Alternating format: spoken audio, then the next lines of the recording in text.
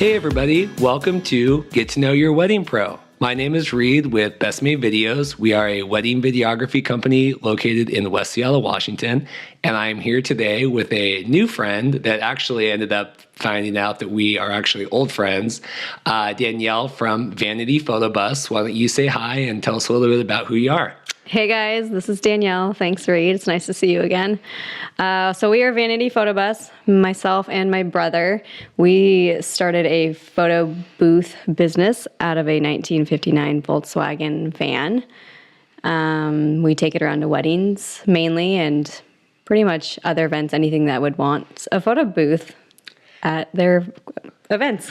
And Danielle's actually, as I mentioned, an old friend. We found out through the grapevine that we actually were at a wedding together back last year summer. You were the maid of honor of Christina at Christina and Tanuja's wedding at Newcastle Golf Club. So talk about that wedding. What was that like? That was really fun. So Christina is my best friend, and then my brother Michael actually is Tanuja's best friend. So we set them up however many years ago, and it happened to work out, and so we were best man and maid of honor at their wedding.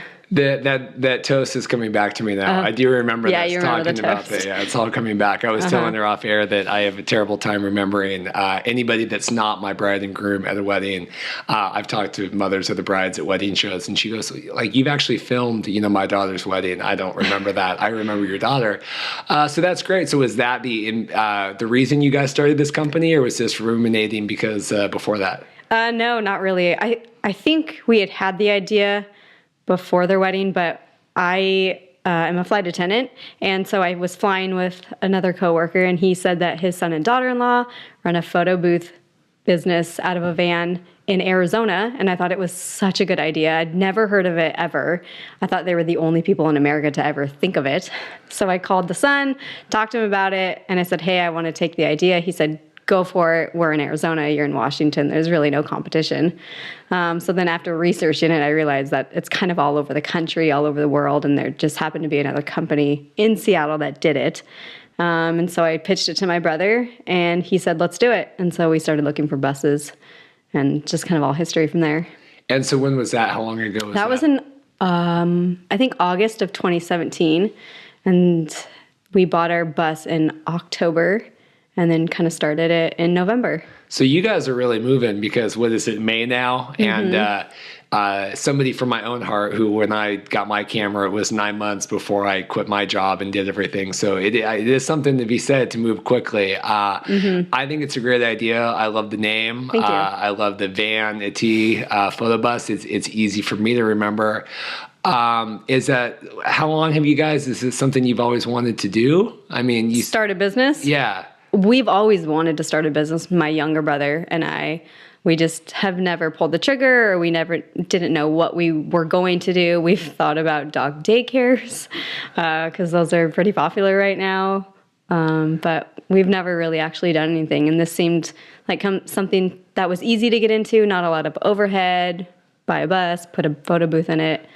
Can't be that hard, right? Do you guys have like photography background at all? Or No. How did you learn about that? It's an iPad that we use, and then an app. So really there's no photography involved or on our end at all.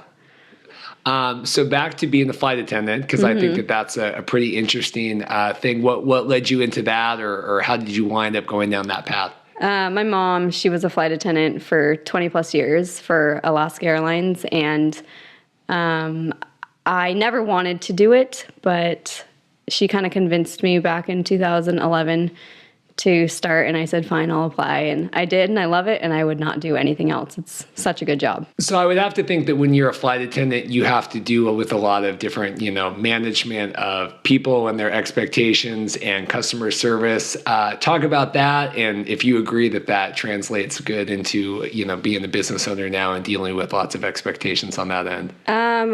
Yeah, there are lots of different personalities on an airplane, and, trying to talk to one type of individual versus the other can be challenging, but I'm really laid back on the airplane. I get along with everybody. So for me, it's pretty simple. I like people. I like talking to people. I think people are very interesting. They all have different stories. And so getting to know who they are is kind of a fun part for me on the airplane. And it kind of goes the same with meeting people at weddings or events or things that we do. Everybody's interesting to me. I like people. And so then the relationship with your brother, have you guys always had a good relationship? Has he always been somebody you've gotten along with and wanted to, like you said, start a business with? Yeah, I have 3 brothers, and so he's my youngest brother, then me, and then I have 2 older brothers. Him and I are just really close. I love his wife. We all get along so well, and they have 2 kids, and I don't know, they're just like my people. And so him and I have always done everything together, and we just thought this would be fun to do, and it is. We're having a really good time.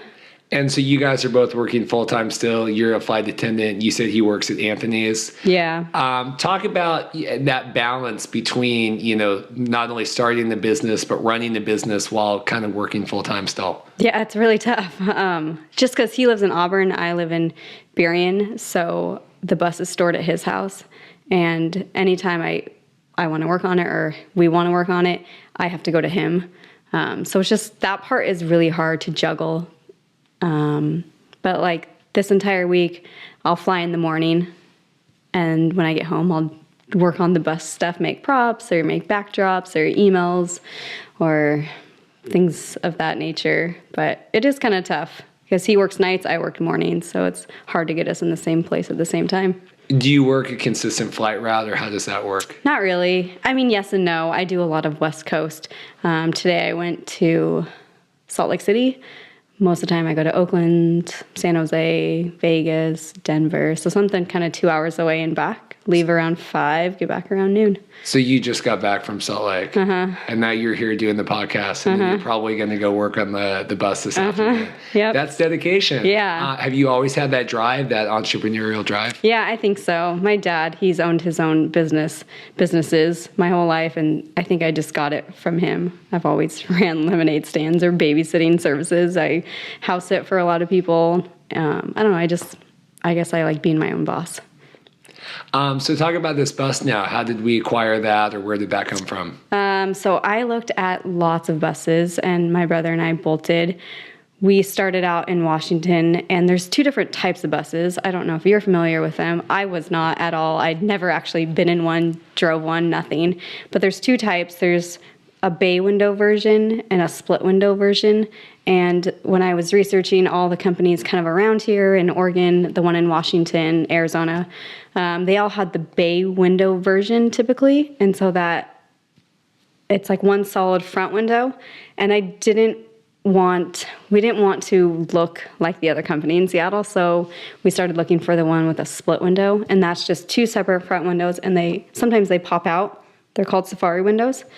And so then we couldn't find any in Washington. We test drove a few up here.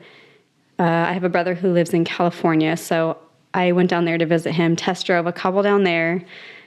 They sold instantly. It was nuts. So then we kind of came back to Washington, went back to the drawing board, and then we found one in Idaho.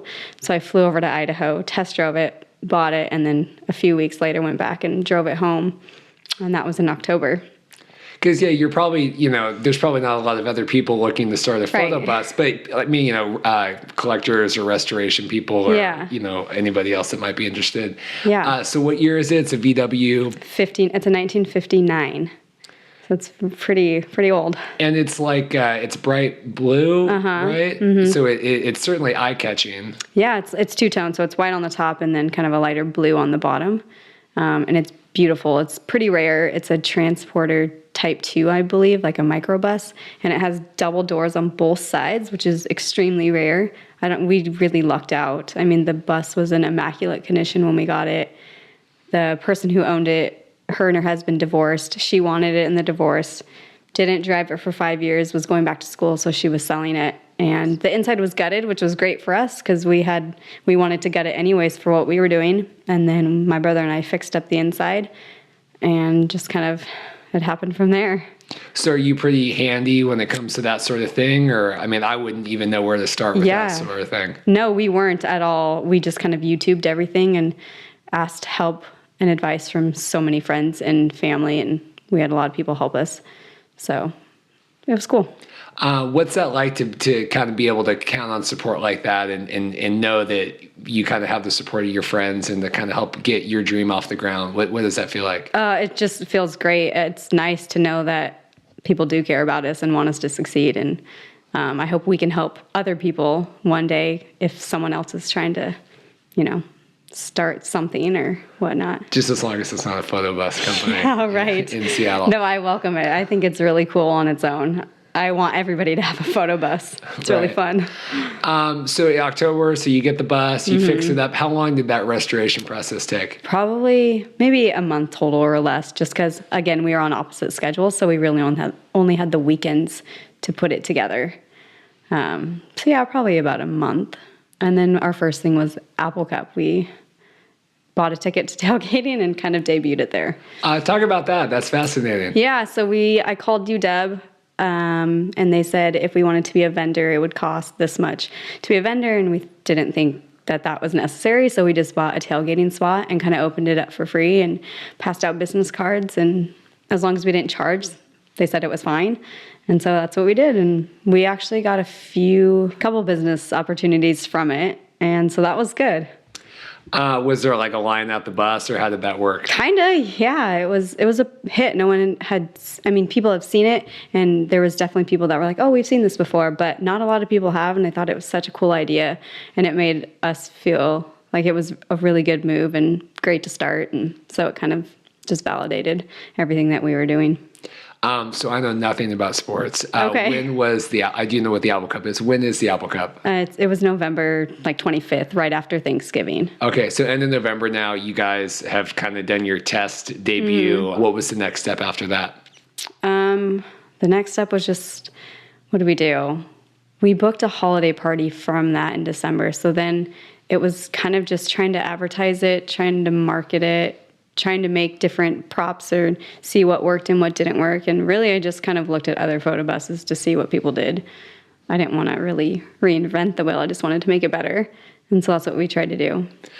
What challenges early on did you find in terms of marketing, or was there any sort of like sticking point that you saw starting your business? Like, to me, trying to make like an LLC or like apply for a business license was like, I couldn't even like wrap my mind around it. I just don't work that way. What challenges did you guys face about that? All that stuff. I'm not really good, and he's not really good with bookwork. I guess budgets and paperwork and like the technical part of a business.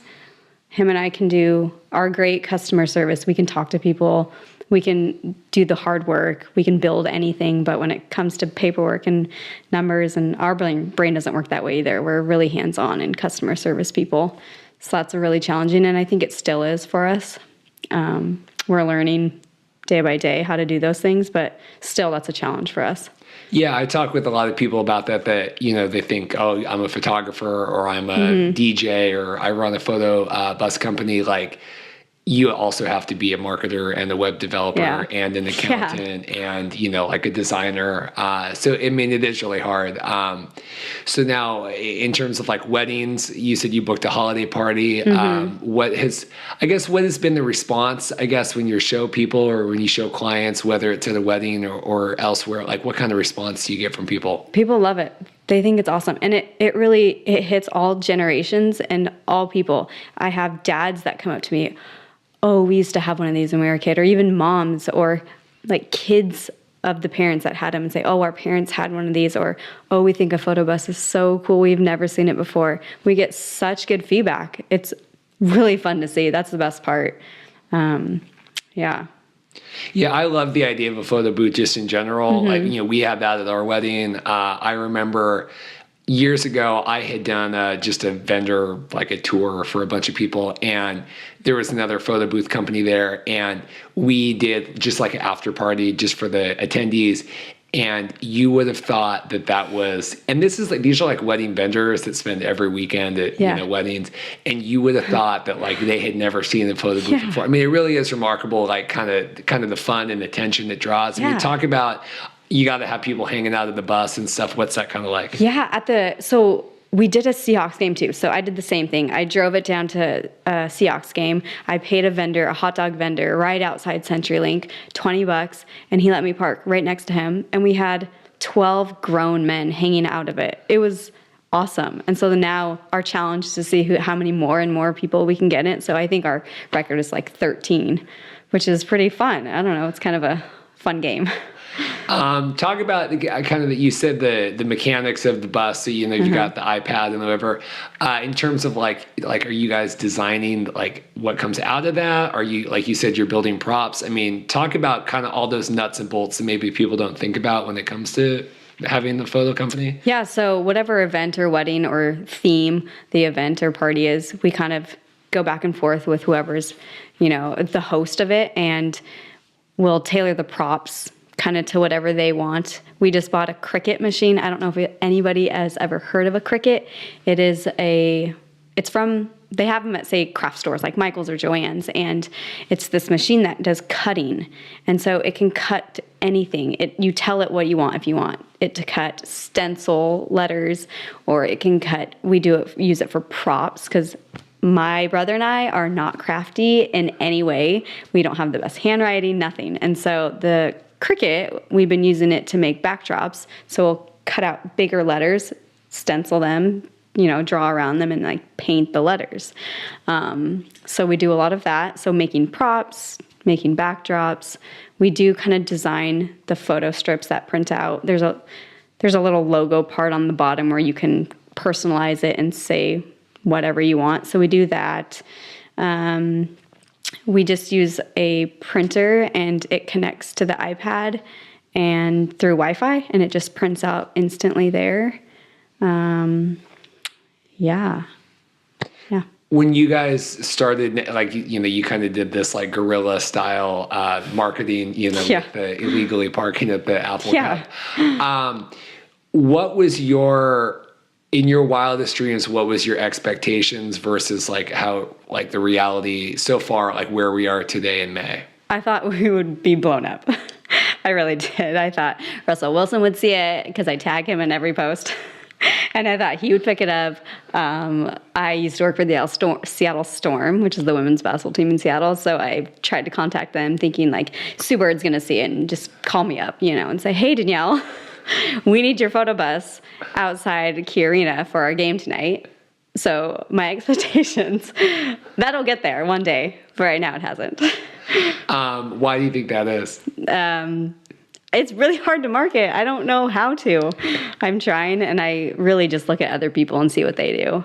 But it's kind of hard to market. It is. It's the wedding community is somebody that never really intended to find myself in it. I mean, it really is interesting just in terms of like putting yourself in the mentality of, I guess, like an engaged couple, or just doing, I don't know, I'm just not good at doing like beautiful things at like a wedding. I'm more of like the filming news, and I just kind of come and see what I get. But now that you guys are booking more weddings, what has been that process like in terms of like going through that kind of journey with the client, from them reaching out and then you guys doing the events? So we've done one wedding. So we were in the Seattle wedding show back in January, and that's where we got a lot of our clients for this summer. And it's really just them emailing us or calling us and picking a package. We have 2 separate packages, 0 to 3 hours or 4 to 6 hours, and them picking what they want. I send them kind of a wedding questionnaire. What time would you want the bus there? What time do you want to set up by? Who to contact the day of? Things like that. And it kind of just goes back and forth through email, and then I just email them, a couple weeks before, just to kind of finalize everything, and that's it. Did you go to a lot of weddings before you guys were kind of a quote-unquote wedding vendor? I mean, we've been to weddings in our lifetime, but we never, it kind of moved so quickly that we never really thought, by the time we started it, wedding season was over. So no, we didn't really actually think to do that. That would have been smart. Well, no, I just mean like as somebody, I hardly had done any weddings before I did it. So it was like a new it was like learning Greek or something. Like I just had no idea. I was not as popular as my wife, and I hadn't gone to as many weddings in my, early to late 20s. I mean, do you guys feel at home there? Is that a new environment for you guys? What do you think? I've been to lots of weddings. I've actually been in so many weddings, and I think my brother's been to quite a few too. We have lots of family that has gotten married. We're kind of the younger ones in our cousin circle and whatnot. So yeah, we've been to plenty of weddings, and I think we've practiced the photo booth so much that when we did our first wedding, it was fine. Like we were familiar with it. It wasn't really nerve-wracking. It went off pretty well, so that was good. You talk about practice, you mean like the Apple Cup, or do you guys like run it in the garage? No, or how does that? We do. We've run it for family during Easter or during holidays or birthdays, but we've done it so many times that we learned something new every time we did an event. I think last week in Seattle, and our generator, we didn't realize you had to put oil in it, and it clunked out on us towards the end, and we realized we need to check for oil. Or one time, actually at our first wedding, we realized that with the iPad, you can't use an iPhone charger for the iPad. You have to use one of the lightning bolt chargers, otherwise it doesn't charge. So we learned that. We've learned something every time, which is great. Nothing catastrophic so far, though.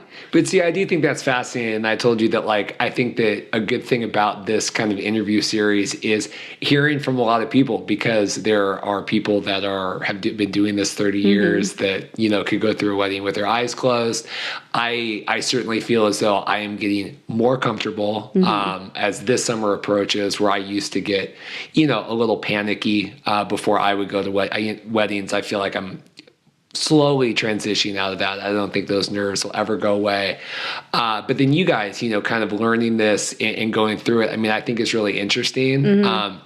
Talk about the wedding show and what was that experience like? I guess you obviously had like the Apple Cup and these general public, but that's more like, wedding and event focused clientele. Talk about that and the reception you guys had there, and what was that experience like? It was really fun, and the reception was more than we actually even expected. We were next to two booths. We were in the middle, and they were kind of empty, and we were just swarmed. Like we had lines, and people were telling us to move our line out of their booth. And I mean, we just really couldn't keep up. We did not think that was going to happen at all. It was one after another after another. And we didn't really get a lot of bookings, say the first day. The second day we got a few more bookings, but after that it just kind of flooded in of bookings. And we're pretty full this summer on the weekends, and then we have a few for next year already, which is great. We never thought that would happen at all. It was so successful for us. And we applied to the wedding show in December. I sent the guy an email. He said, we actually have space, and we don't normally take any more photo booths, but yours is so unique that let me get back to you. And then a few hours later, he said, yeah, you're in. And so it went fast. Again, it was kind of just a dream.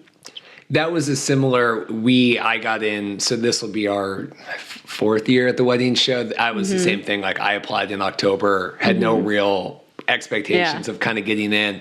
And I think that was the same thing where videography is a little bit more niche, like a photo booth where there might be 30 different photographers. There's like a 7-year wait list if you're a photographer to get in the wedding show. Wow.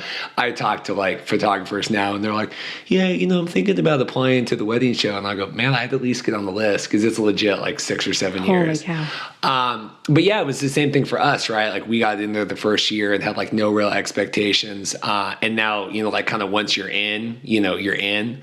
So I think that's great. Talk about filling that calendar and kind of getting these bookings now. Is that rewarding, obviously, fulfilling? Talk about just going from 0 now to having, weekends filled through the summer. Yeah, it gets exciting when someone wants to book us or they email us and ask for more information.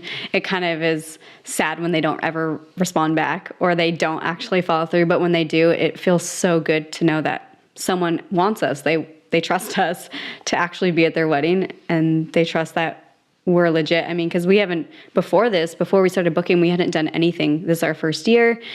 And I looked at my brother and I was like, we can't back out now. We have to do this. People are counting on us. So that was kind of scary. But now that it's into it, I'm really excited. a few months ago when nothing was happening just because it was the lull before the storm, I felt like a failure. I felt like I wasn't doing anything. And now that it's starting, it's getting really exciting, and I feel busy and I feel so much better. I do agree with that sentiment of like feeling like now you're committed, right? That like, and I think that it's different where we are the only industry where, well, there might be others. The one I can think of where like you might have a date booked for a year from now or in a year and a half from now that like you can't break, right? I mean, it's like, and I'm not even talking like, you know, monetarily or whatever. I mean, I would feel horrible, right? That our friends got engaged. I guess it was last winter. I don't even think we were at this house yet. So it must have been a year and a half ago. And we were talking and they said, oh, well, you know, we're thinking about getting married, you know, like end of June, early July of 2018. And I said, well, I'm booked June 30th. So, you know, it can't be that weekend, you know, because they're getting married in Italy. So it's, you know, it's more than just like down the road. And they're like, well, what do you mean? I said, well, and my wife looked at me, she's like, well, can't you? And I go, no, I can't. Like, I mean, you know, Allie booked me like a year and a half ago. Like, I can't, you know, you can't change that. I mean, talk about that for going from like, maybe a flight attendant is a little bit more like, unpredictable, right? Yeah. Or maybe like this day it's going to be that. I mean, now you're set in stone for stuff coming up. Talk about that going from zero to... Yeah. I mean, as a flight attendant, I can work any day I want and not work any day I don't want to. It's the most flexible job in the entire world. And now this, I'm committed. I can't not break it. I'm scared. What if the bus breaks? I looked at my brother. I said, what if the bus breaks? What if something happens? We're in trouble. We have to hope that nothing happens. I would become very good friends with the tow truck company, and I would just haul the thing down there. Yeah, well, we have realized that if it's far, we just rent a U-Haul and we tow it and we build it into our travel price, and people pay it, and it's fine, and it's a lot faster than to actually drive it. It's really slow. It's a slow 55 on the freeway. Oh, is it really? It's so slow. But it's fun to drive. In the wintertime, it's not because it's rainy, it's cold, the wipers don't work. There's no circulation or ventilation. And so it fogs up and it's not fun. But now that it's warmer and the sun's out, it's really fun to drive. Yeah, you like roll those windows down. It's so fun. You cruise down There's no rolling. You just kind of push them. Yeah. Something that I'm curious about, just talking to a new vendor, like you said, where you're emailing clients, you know, not everybody books, not everybody gets back. And that's always hard for me. I mean, and this is now like our 5th year, you know, in terms of like regularly getting turned down by clients, just whether they decide videography isn't for them or they want to go with somebody else or something happens.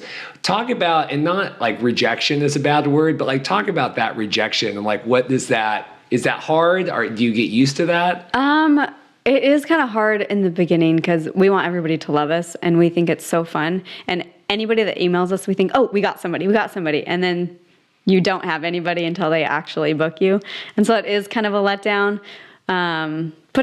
But then I just realized, well, there'll be somebody else. If it's not meant to be with them, hopefully it's somebody else. So I just kind of push it away and go on to the next person. Yeah, to me that definitely was like the hardest thing, because like you said, you know, you think a photo bus is awesome, right? Like you wouldn't own a photo bus company if you didn't think that was like the coolest thing. And it's the same with me, right? Like I think everybody should get my wedding videos. And, you know, you just learn like, you know, there's different styles and different prices and different budgets. And, you know, maybe somebody just didn't have the money at the end of the day. I mean, it is really difficult. Is that the hardest thing right now you guys are working through, or what is your biggest challenge right now? I think it's just finding time to do a real job and then this job.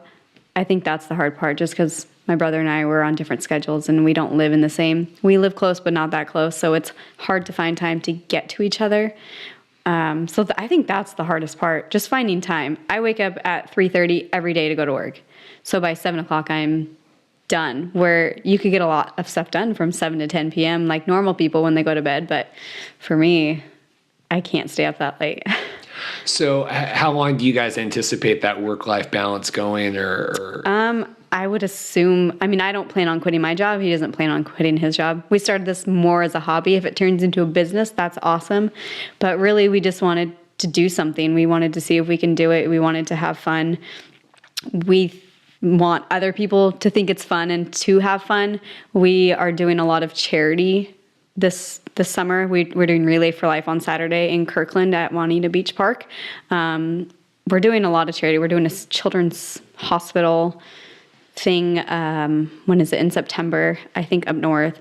So for me, it's really not about, I guess, the income. It's more about what makes us feel good and makes other people feel good. So that's kind of why we started it. Talk about that charity work and why you guys, obviously that's important to you guys to do that. Talk about that.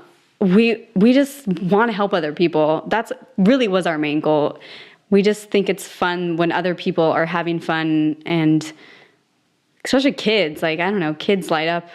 Actually, any age lights up when they see a photo booth. So I think it's just fun to give back. There's so much that you can give, and even when you give back, you get back so much more. So it's kind of a great feeling when you see other people enjoying it and having fun, and it's going to a good cause. Talk about that, kind of manning the photo bus, that whole experience of being there and kind of seeing people go through that. What is that experience like for you guys? Again, it's cool to see people light up. They get in there and they've never seen anything like it. They think it's so cute and unique. And inside we have a vanity and it has a huge mirror. So everybody can see themselves. They can see how they look. They fix their hair. They think, oh my gosh, I'm so glad you have a mirror. I look at my hair. They think it's amazing and they've never seen anything like it. And so to me, that's really cool that our idea is in motion and people are just in awe.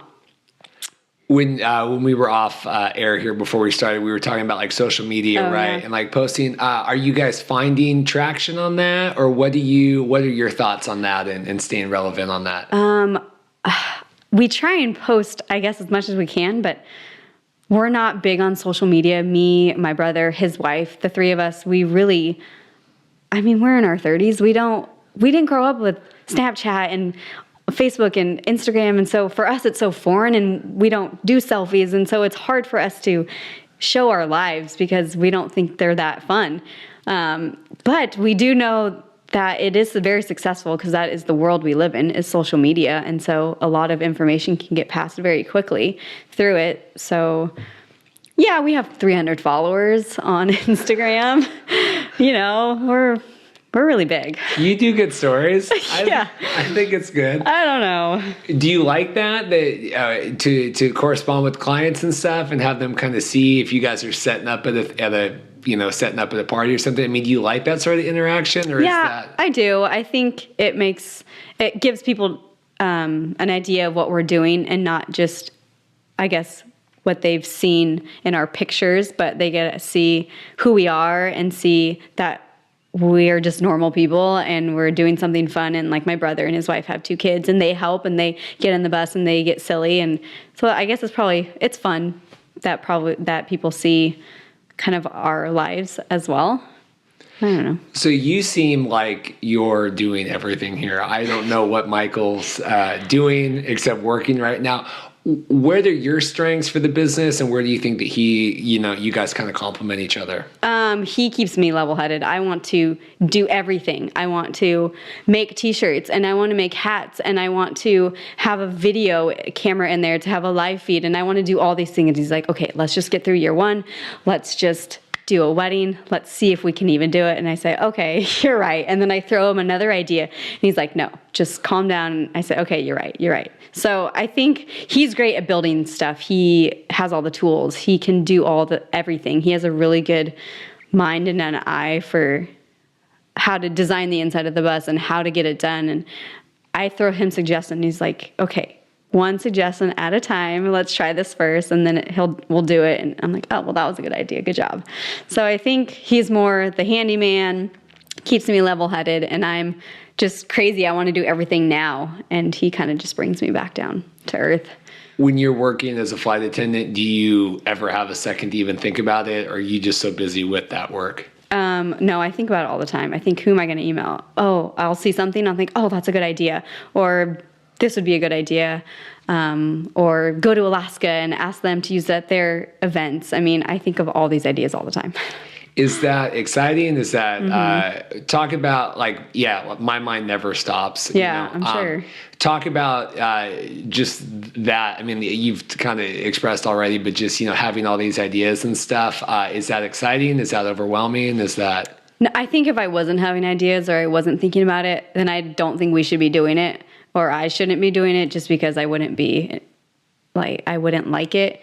But I think it's great that I am thinking about it all the time and wanting to make it better or find something to put it in or design it this way, because then I think we can grow from that. I bet if we didn't think about it and want to improve it, then it would probably be a failure.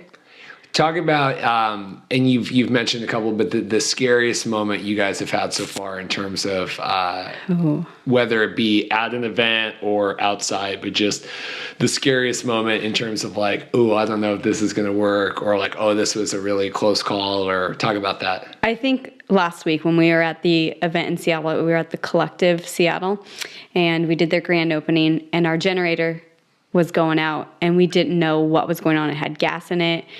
And I was pretty scared that the owners were going to come out or the people that booked us and say, what's going on here? So we kept turning it off. People would come. We turn it on really quick and it would print, and then we turn it off. And so no one really knew. I mean, some people did, but nobody really knew what was going on. So that was really a scary moment for us, for me at least. I don't know about him. Are you guys good car people? I mean, I know nothing about, like, I wouldn't know anything about a generator. Not really. I mean, not really. No, we have really no background in mechanics of anything of that nature. So it's just a lot of YouTubing? Yeah, everything is YouTube. Mm-hmm. Is that, do you wear that as a badge of honor? That like you I think so. We're resourceful, we don't know everything. So, yeah, I don't mind asking for help. Looking into next year, what's the next big goal? What's the next big milestone besides being Russell Wilson's personal photo bus? Hopefully we're busy enough to purchase another bus. That would be a goal. 2 buses. Talk about that, the logistics of that, what would be the biggest challenge with that? Oh, we would probably have to hire people, because already it's tough between us, my brother and myself and his wife, us trying to manage events, just because he works nights, I work mornings, and so it's hard to we want 2 people there at a time, just in case something goes wrong. And so finding 2 people, 2 out of the 3 of us to be there, that's kind of hard. So we'd probably have to hire somebody to help us. Is that scary to expand or to put your trust in other people? I know it is for me, like when I'm sending people out, kind of in my stead. It took me a long time to find, because they're representing you. Right. Talk about that. Yeah. For me, I do everything myself. I don't ask for help. So it would be really hard for me to trust somebody. And these vehicles are old, and we take care of things just because that's who we are, and there's stick shifts, and so not a lot of people know how to drive a stick shift.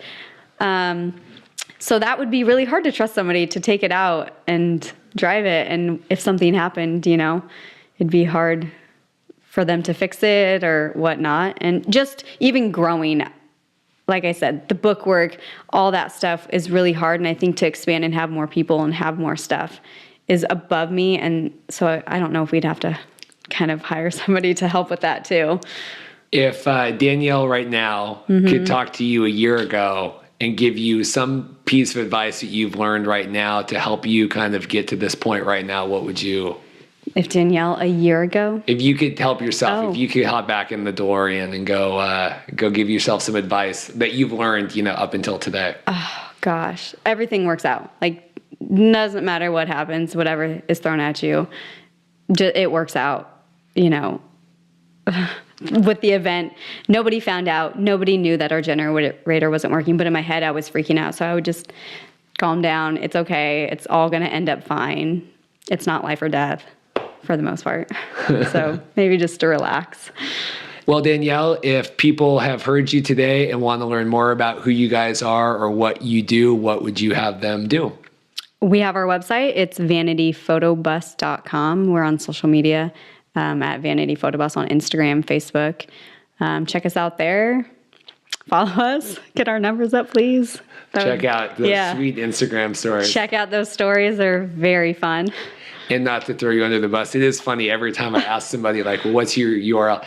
They get really close to the microphone. I want to make sure they hear it. Yeah, right. It's all so casual until the final sell. But you can check us out at vanityphotobus.com. Well, thank you so much for coming by Thanks today. For having me, really appreciate it. This has been another episode of Get to Know Your Wedding Pro. Come back next week and check out our next wedding vendor interview. Thank you so much. Thank you.